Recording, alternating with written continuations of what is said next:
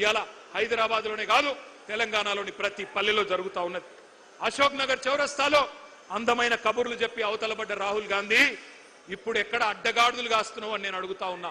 ఎక్కడ ఉన్నావు? కనబడతలేదా మా నిరుద్యోగుల ఆక్రోశం? గల్లీలో నిరుద్యోగి ఆవేదన పడతా ఉన్నాడు. ఢిల్లీలో ఏ గుడ్డి గుర్రాల పనులు దొమ్ముతున్నావు రాహుల్ గాంధీ అని నేను అడుగుతా ఉన్నా. అశోక్ నగర్ చౌరస్తాలో ఇవాళ అభ్యర్థులు శోకిస్తున్నారు, ఏడుస్తున్నారు, వినిపిస్తలేదా? దిల్సుఖ్ నగర్ లో యువత మీద లాఠీలు విరుగుతా ఉన్నాయి, వినిపించడం లేదా? సిటీ సెంట్రల్ లైబ్రరీ మీద దాడులు, ఉస్మానియా క్యాంపస్ లో నిర్బంధాలు, ఆడబిడ్డలను చూడకుండా అనిత మీద, ఆస్మా మీద అర్ధరాత్రి కేసులు, అరెస్టులు. ఢిల్లీలో రాజ్యాంగం చేతిలో పట్టుకొని రాహుల్ గాంధీ గారేమో పోజులు, ప్రజాస్వామ్యం అని సుధపూస కబుర్లు. హైదరాబాద్ లో నడిబొడ్డున ప్రజాస్వామ్యం ఖూనీ అయిపోతుంటే పట్టించుకున్నవాడు లేడు. మరి రేవంత్ రెడ్డి గారు ఏం చేస్తున్నారు? ఆయన ఒకటే చేస్తున్నాడు, రాహుల్ గాంధీకి ప్రధానమంత్రి జాబ్ వచ్చేదాకా ఇడిచిపెట్టడట, పని చేస్తాడట. నిన్ను సీఎం చేసింది యువతకు జాబులు ఇవ్వమనా, లేకపోతే నిరుద్యోగి, రాజకీయ నిరుద్యోగి రాహుల్ గాంధీకి జాబ్ ఇవ్వమనా? ఆలోచించండి. మీకు గుర్తుండాలి, 2023 నవంబర్లో ఆ రోజు ఎన్నికల్లో రాష్ట్ర శాసనసభకి ఎన్నికలు జరిగితే ఆ రోజు కాంగ్రెస్ పార్టీ వాళ్ళు జాబ్ క్యాలెండర్ ప్రకటించారు. ఒక్కసారి ఫుల్ పేజ్ అడ్వర్టైజ్మెంట్లు ఇచ్చినారు.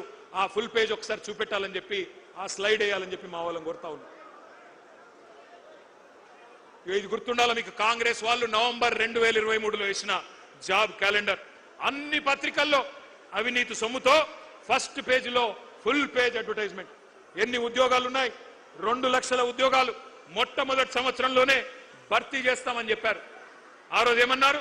ఓటు కొట్టు, జాబు పట్టు అని బంపర్ ఆఫర్ ఇచ్చారు. ఏమన్నారు? ఒక్క ఏడాదిలోనే 2 లక్షల ఉద్యోగాలు, డిసెంబర్ 2024 కల్లా 2 లక్షల కొలువులు ఇస్తామని చెప్పారు. ఇవాళ జాబులు లేవు, జవాబులు లేవు, ఉద్యోగాలు లేవు, ఉలుకు లేదు, పలుకు లేదు. తెలుగు క్యాలెండర్ మారింది, ఇంగ్లీష్ క్యాలెండర్ మారింది, జాబ్ క్యాలెండర్ మాత్రం పత్తా లేదు.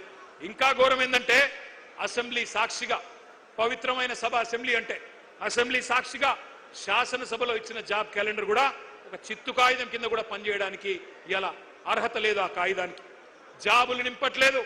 రాహుల్ గాంధీ జేబులు మాత్రం జోరుగా నింపుతున్నారు.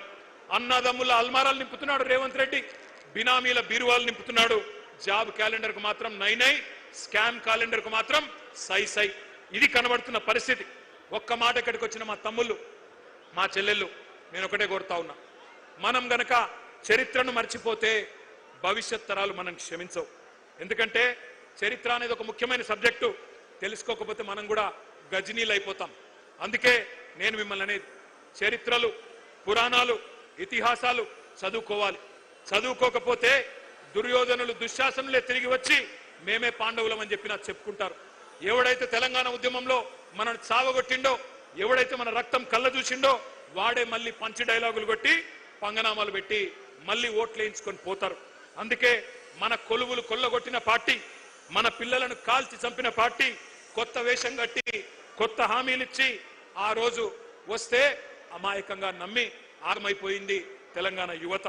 1952లో, 1969లో తెలంగాణ యువత గుండెల్లో గుణపాలు దింపిందే కాంగ్రెస్ అనే దిక్కుమాలిన పార్టీ, ఇందిరమ్మ రాజ్యం.